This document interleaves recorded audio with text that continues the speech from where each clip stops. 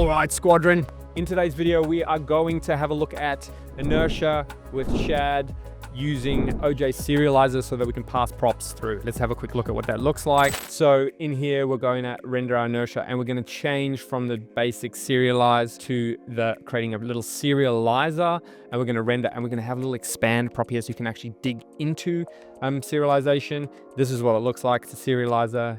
Here we've got this little condition. So without further ado, let's jump in. Okay, let's jump in. So last time we set up Inertia with Shad. Today we're going to learn how to pass props to our front end, right? So usually when you do a single page app, you're gonna have some sort of store. So think Redux, think TanStack query, where you're making requests to the server and then you're storing that on the front end and using that as your data. With Inertia, we pass props down per page, right? So think you can build out each page and they can all have different. So to get started, we have a cool little helper. So inside of the responses page in the guides, we have a scaffold generator, right? So we got this here. So it's basically Rails generate or Rails G Inertia scaffold, and then the model name. So we're going to do project, right? And then we're going to have a title, and that's going to be all right for now. I think that's pretty simple. We're going to hit that. So what are we getting? We're getting our migration, we're getting our model, we're getting the routes resources here. Now in a production app, I would highly recommend namespacing everything to like a V1, V2, just makes everything easy, especially your components as well. Like if you're going to do a full rebrand, it's so much easier just to have a V2. And I do this in prod. It adds a lot of complexity. So for now, let's just not do that. But here we're going to see, we're going to get the page project. We're going to get the index, the edit, the show, the new, the form, the project, and then all the types, which is cool. We got the resource route, and then we got the tests here and the helpers. Okay. So let's go have a look at what they've actually done. We need to set up our model as well. Sorry, run our migration. So we're going to go into DB migrate, check it out, one and only. We got a T string title for projects, such a solid model. So let's just run that Rails DB migrate, hit that. It's going to go into our little SQLite DB nonce. Okay, so let's have a look. So inside of config, we will have routes. We've got our projects here. One thing I hate about scaffolding is just the order. Like I would really have this down here, and I like to sort these. I like to label them just so it makes it easier for humans to read, even though the computers are going to code everything for us one day. That's what they say. But now, so we should have in here, this is fine, champion.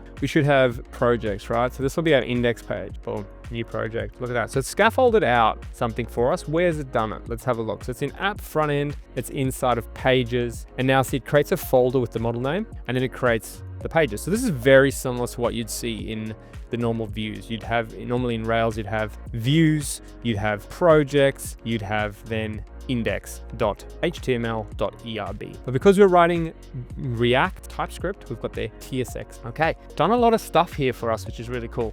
So it's saying that we're index props. So the props we're getting injected in, which we'll have a look at in a second. Let me just clean up all this nonsense so that we can actually get to work. We've got project, and you see it's doing the flash as well, right? So we're getting the flash notice in, and then we're destructuring those there. And you can see the flash notice, if there is one, it's going to come here in a P. It's doing it all in Tailwind, Epic. Like, I mean, look, if you can move fast. That's all I can say. This is a very fast way. This is scaffolding out in React for us in Rails. We're now looping through the project, and it's doing a fragment, cool, for each one, right? Now let's have a look at the controller. So in here we got project. You can see we've got our index route just as per normal. It's sharing flash, right? So Inertia shares a really cool way of sharing something across everywhere, which you can do like this, or you can use it. I use it in Clipflow to share the current user and the current organization, right? So by doing that, you can pass it through all the pages. You don't have to constantly declare that prop or pass it in here, right? Every time. So what you can see here is we've got render Inertia project index, which is what I just showed you. And then from here, maybe make this a little bit bigger so everyone can see. There we can see now we have projects. That's the prop name, is going to be projects.map do project, serialize project, right? So you can see here, they've created a little helper. I was like, I didn't know serialize project. But they've got here, they pass it in, and all it's doing is just saying as JSON, only ID and title. So they're restricting here. This is one way of doing serialization. It's a vanilla baked in way, right? So it's cool, but I'll show you another way. So here we have projects and we're passing that in, and then you can see there's nothing here. So now when you click on the new project, what is that doing? It's going into the new, it's creating a new page. And this is where you can now create pages for this, or you could create a modal or whatever you wanted to do. But you see here, here's our new thing, and it's using form, comes from the form. So just like you create partials, but you can see we're using use form from here, and we're passing in a project on submit and submit text. We're using the form, and we're passing in the title of the project if we have it, etc., etc. If we don't have it, we're getting nothing, and it's using the data out of this. The forms are very powerful, so it's a little wrapper around forms that we can get, and then when we handle the submit, preventing default, and we're submitting the form, so we're passing it to the callback. So reasonably straightforward. And in the new project, you can see here on submit, we're calling form transform. You're creating the strong params for Rails right here, project data, and then we're doing a post form.project, and that's it. There's no API call, there's no nothing. That's just going to hit our create right here and do everything as per normal. We're going to just redirect to the project and say it was created. So let's have a look. So this is going to be my first project. All right, we're going to hit create. There's our alert. There's our project. You can edit this. So we're in the show route now. You can see here, we're in the show, and then we're going back to projects. There it is. You can destroy it. Probably have a little alert there. But yeah, if we hit new, we go my first project, add it back in, back to projects, new project, right? So that's using Inertia with a scaffold. Super powerful. You can then go and do, whatever you need to do. The world's your oyster, move as fast as you need to,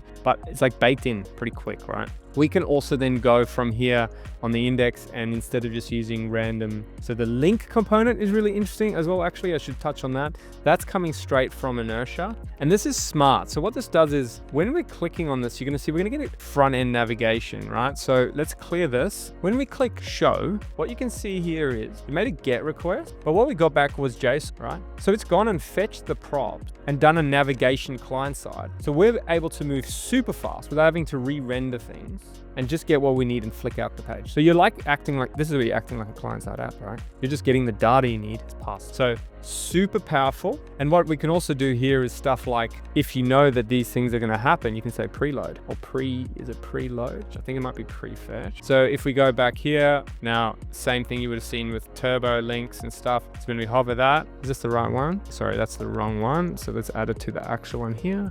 So we'll add it on the link to actually show the project. So it's highlighted there. So that's like going to become an insta click, right? By the time. So this is what you would have seen with turbo links, like prefetch. So it's part of Rails normally, but we can get it here too. And the cool thing is you can even preload on mount. So if you know that the person's going to click that, so if you had a carousel or something, or like pages where you knew that they're going to navigate left or right, you could preload that. So you're getting an instant. So the UX here is insane for like interacting with your app. Okay, so that's all cool, great. But what I want to show you now is I want to show you how we can do serialization. So in here, at the moment, we're just doing the serialize project, but I don't love this method, especially when you start scaling out. So let's go and add a little bit more complexity, but I think a little bit more flexibility. Okay, so you may or may not have heard of OJ Serialization. So it's just a really fast way of serializing JSON. So usually you just drop this in and you can use it with JBuilder or whatever, but it's literally just gem OJ install, and you're gonna get faster JSON production, basically. So faster JSON serializations for Ruby, perfect, built on top of the OJ library. So this is OJ Serializers, and then there's OJ is the one you just drop in here, right? It's a much faster parser for JSON in Rails. So we're going to use these two libraries, right? So I'm just going to grab them and we're going to chuck them into this app right here. We're going to have gem OJ and we're going to have OJ Serializers, right? So we're going to go Rails. So it's not Rails, it's going to go bundle, chuck that in. It's going to do its thing. And then from there, let's just see if we can do an initializer. Yeah, so all we need to really do now is jump into config initializers, create a new initializer called oj.rb. And then all we're going to paste in here is just oj.optimize Rails, right? So if you have a look, does this show you? That's all we have to, okay? And that's it. It does everything else for us so that's going to just wrap in there and then just start doing its thing. So I'm just going to restart the server because we have made a config change. Wonderful. Cool. So from here, let's use OJ Serializer. It's this guy. So we've run it. Now what we're going to do is create a serializer. So to do that, we're just going to create a new directory in here called serializers. And from here, we're going to have a new one called project serial. Okay. All right. So create a serializer class. Project serializer extends the base serializer, which we have not done yet. And man, I hate Copilot right now. Leave me alone. I'm going to create a base serializer. Yep. And then in the base serializer, what does it look like? This. So this is where we can just do whatever we need to do. So I've got a few little things that I like to do. Okay. So I'm going to show you what those are. These are basically just my standard serializer. So firstly, I'm going to include the number helper because we work with numbers a lot of the time. So that's cool. Now, we are going to do a few things here. I'm going to just drop all in so that we can. So what do we do here? So I have an expand. So what I like to do is I like to mimic the things you would have probably seen in some APIs. Like I believe, is it the Shopify API or someone? Anyway, you would have seen this before where you can basically expand nested trees. So I got this from Stripes. So if you have, for instance, on a project, you had a user, usually you just have the user ID. We want to show the project's user, but we want their profile data so we can actually display that in the app. Or if a project belongs to an organization, you want to expand. That's what expanding is, okay? So what we've done here is done an expand raw, and from here we just map through and basically we split these strings, right, on the dot. So that's what we're basically using as a delimiter. We go replies and then inside of that actor. And expand children just basically strips off the first part of it and then goes through the children of that so it can go through each child in that. And that's basically this, it's boilerplate code here, right? So depending on how we send something through, we can nest through, and you'll see this how this works in the next. Okay, so inside of a project, funnily enough, we work with projects, so I can show you what we do normally, and usually I do something like this. So I like to pass through the Copilot, honestly.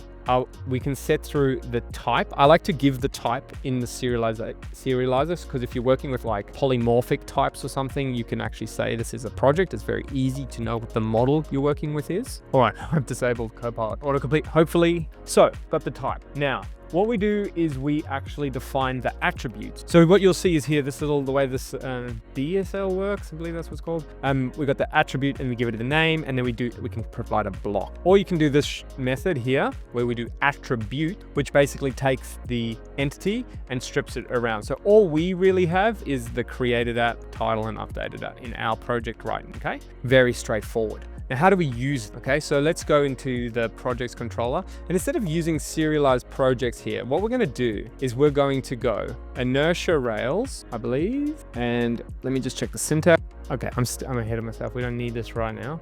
So it's going to be project serializer.render. And the cool thing here is we can pass plural or singular to this, and it's going to be smart enough to figure it out. So that's one thing I like. And then we're just going to pass that in, yeah? So let's have a look now. If we refresh our page, uninitialized project serializer, we probably need to restart the server. Let's just check. Or maybe it's called there we go. Okay, just needed to restart. Cool. So what have we achieved? Absolutely nothing. It's exactly the same. This is, for me, a way more maintainable method. So if you want to, because what you'll find is when you do pages, you're going to start getting things where you need to serialize the same models, or you need to share. Like for instance, if a project had categories or something, you're going to use it across multiple models or different pages. You're going to probably do that. And by having it all in this serializer, it just means it's one place. Rather than, for me, like if you were to serialize a project here, but then you needed a project in a different controller, you're duplicating this, or you're hoisting it up. It then just becomes, I think, just messy. And then I just don't think this is as flexible, right? So I'll show you why. We need to think of a child model. So I'm doing this all on the fly. A child model on a project. So let me think of that, and I'll show you how the expand function. All right, project has a status. We're building a project, great. So what we're going to do now is we are going to run our scaffold again, which is Rails generate inertia scaffold. And here we're going to have a status. So we're going to have a title key. A title and a key. A key is going to be a string as well. I think that's all we need. Okay, so let's run that. Let it do its thing.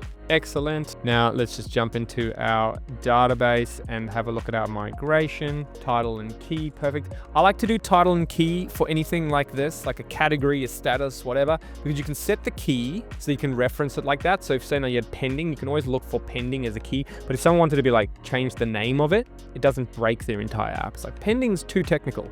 Okay, what does that mean in normal person speak? You can change that, but the key for where we're working in software remains the same, okay? That's something I do. So let's just run Rails DB migrate, send it. We should have statuses now because it would have done all of our work for us. Okay, let's create a status. So pending, create, boom, back to statuses. Here we're gonna go in progress and then in progress, blah, blah, blah. Seed these probably if you got generic statuses across your whole app, or if they're custom to the user, let them create, auto do this and get into a whole bunch of different stuff. But now what we also need to do is we need to go Rails G migration, and we're going to say add status to project. Sweet. And then we're going to go inside here and we're just going to say add column projects. Oh, it's actually, we can say probably add reference projects, and it's going to be cool. And that should set up all our indexes as well. DB migrate, boom, send it. And then inside of our models, we're just going to tie this up. We're going to go into project. It belongs to a status, right? We probably need to set that as optional. I wonder what's going to happen. Let's go here. Is this going to crash? No. Let's show this one. Yeah, I can't find undefined. That's weird. Okay, and let's just have a look inside of our front end pages index and then have a look at what's going on here. So this is the project. So it's actually doing the components here. I wouldn't do this generally. Is it built the project component here? I'd build this component in component. So this has been scaffolded. So project, but actually they have the link under here, project ID. Now, why would that not happen? Why would that not have an ID? Undefined. Okay, Ken Stitch, here we go. Let's jump back into our serializer. We haven't passed ID. So the nice thing was the 2JSON was doing that for us, but here we go. Now we got it, there we go. All right, here.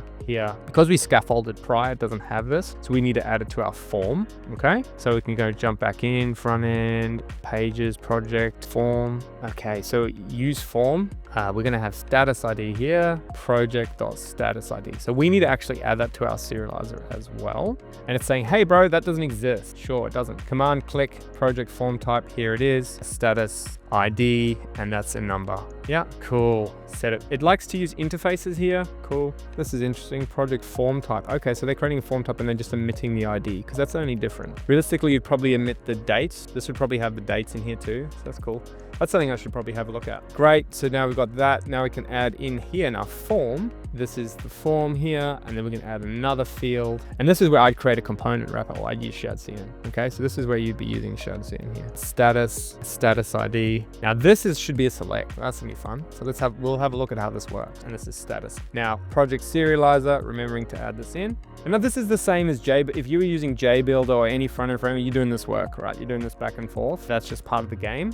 And that's perfectly fine. Status ID is white, cool. Now, we need statuses, right? Like, how are we getting these things in? So let's go and do this. Copy, pasta. Whoops, that's the wrong one. Copy, and then we're gonna paste. Everyone's watching me, I reckon, and just watching me use my mouse and going, oh, what are you doing, Ken? So we're gonna go status serializer here. ID created at, we got key, we got this, boom. Cool. So we've now got statuses. Now this is where we're gonna use our inertia share, right? So we're inheriting from the application control.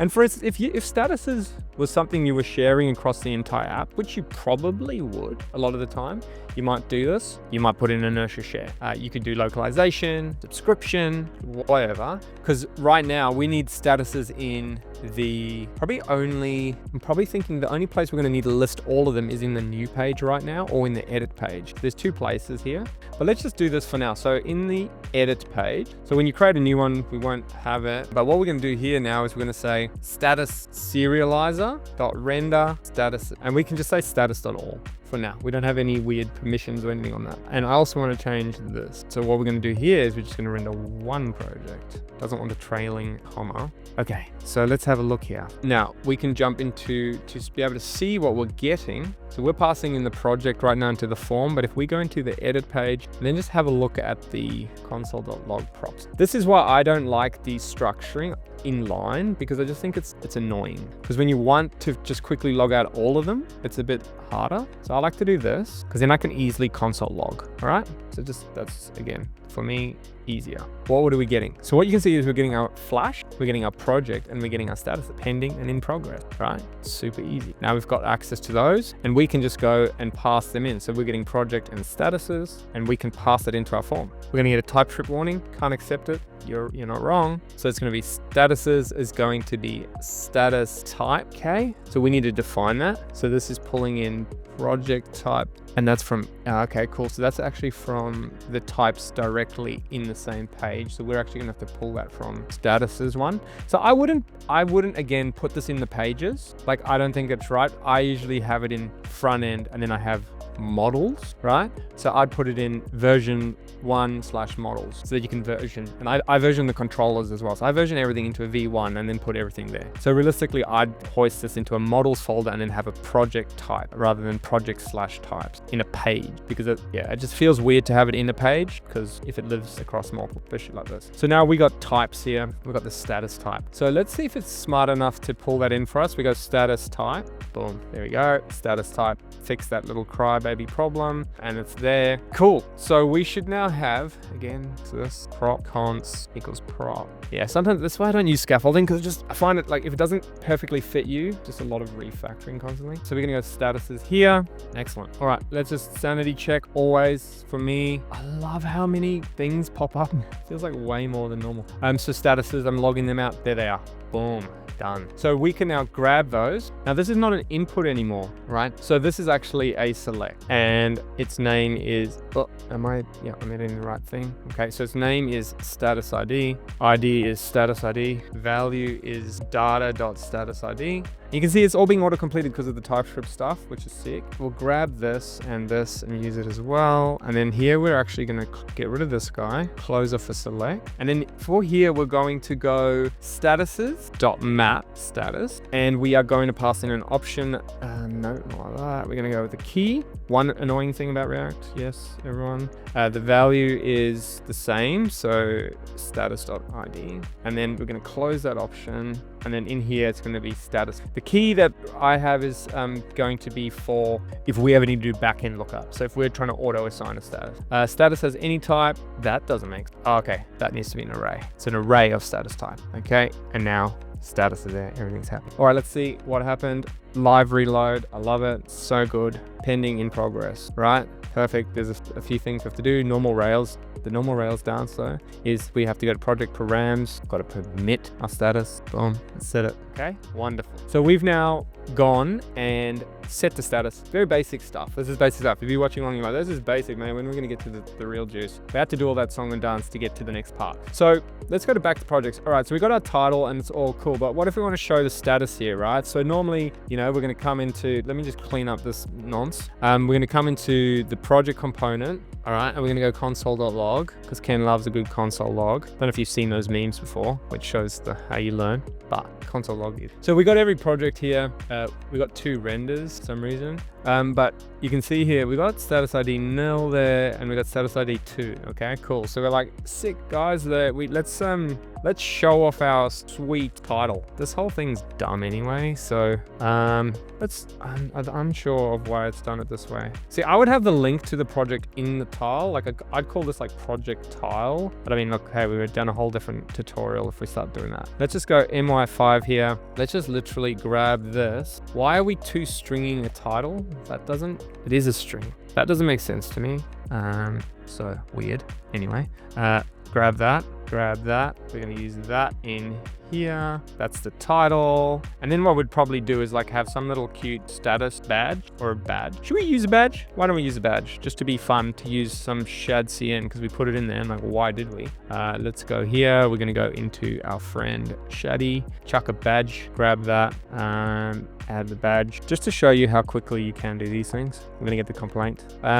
Okay, we've got our badge. What's the usage of said badge? So we're gonna go import badge, not from loose side React, badge from there, grab it, and this will just be badge, and this will be our status ID. Now, look, this doesn't work because like no one knows the hell status 2 is, right? It doesn't make any sense. This is where we can use expand. So all of that to get here. Hopefully you're still watching. So what we need to do now is we're going to use our expand command. So in here, we've got our show. So firstly, let's convert that to a serializer. Okay, so we're just rendering that, double check. And we are in the index page, so we don't need to do that. What we're gonna do here is we're gonna have this expand command, and it's an array. And what we wanna do is we wanna expand status, okay? Right now, it does absolutely nothing. So what we wanna do inside of our serializer is where we start using this little bit of fun. All right, so using our DSL attribute status, and then we're gonna say if, we pass a little block here, and we're gonna say expand.include, and then we're gonna say status. All right, so we're doing a little check, and then we're doing do, and that's basically just telling the serializer, if we've passed status expand to it, then do this thing. And we're just gonna go status serializer.render project dots, okay? Passing status. All right, now before we refresh, let's have a look. So project has no status, it's just that, okay? Let's refresh and see if what have I done? Attributes ID, render project.status, what has Ken done? Yep, cool, got it. So what's also happening is we don't have a status on one of those. So what we need to do is go project.status, right? So only if we have a status, then we do it. Otherwise, nothing. So refresh, there we go. Check our prop. Now you can see here, we're getting an expanded. And this is how we can pass through things. And you can do it variable as well. So where you can get, like this is if you had an API, you could have the API user pass through the expand param. You can obviously whitelist it and do all the things and then pass it. So it just makes your API way more flexible. So you only ever send the least amount of data possible rather than always including status expanded, because that makes more database hits, everything. So you keep your app performant and then people can request things, more data if they need to. And then you be smart about caching, etc. But what we'd probably do here, right, we'd also do includes or eager load, but we'd do status, yeah? So we're gonna get that, avoid the n+1, keep that performance up. And that's how I do it there, right? So it just makes it very easy to expand on these things and you're not constantly coming down here. Like, I just don't like this. You can do it here, just way uglier. I just find it way easier to maintain. And you could, like, JBuilder really isn't supported, so this is the serializer, but this serializer is super fast because just using OJ directly, super. So now we're getting our project status, and now we can jump back in, and now we can say if project dot status, we can go status dot type. Do you not autocomplete? No, don't do it, right? So if project status, now it's complaining because it doesn't have a type. So if we jump into the type, we can go here, import. See, this is why I just don't like it in here, because now what I like to do is have like a models folder and I can import all the types from it. But now we're going from status type, right? And then we're going to say here, status, it's optional and it's a status type if it is, okay? No more complaint, in progress. So what have we achieved? We've achieved, we're using ShadCN because we can. We are showing how to use the OJ Serializer here, which I think is a super powerful thing. And we're passing the props, and we conditionally, you can use them depending on your controller, where you want to expand, what extra data you want to fetch in. Other cool stuff you can do here is inertia defer. I might show that in a different project when we can show how you can load these things, some on demand, some later. So here we're loading all the statuses straight away on page load, but we can defer that. So we can load the project first and then get the statuses later in a second request, so we can speed up the initial time for delivery. Very cool stuff. Honestly, I'm very impressed so far. I haven't found anything inertia that I can't do. So far, I'm going to keep going down this journey and share it with you guys. But if you enjoy the video, please share it. It keeps me motivated to making more. And if you ask here at the end, thank you. You're the best. So until next one, catch you later.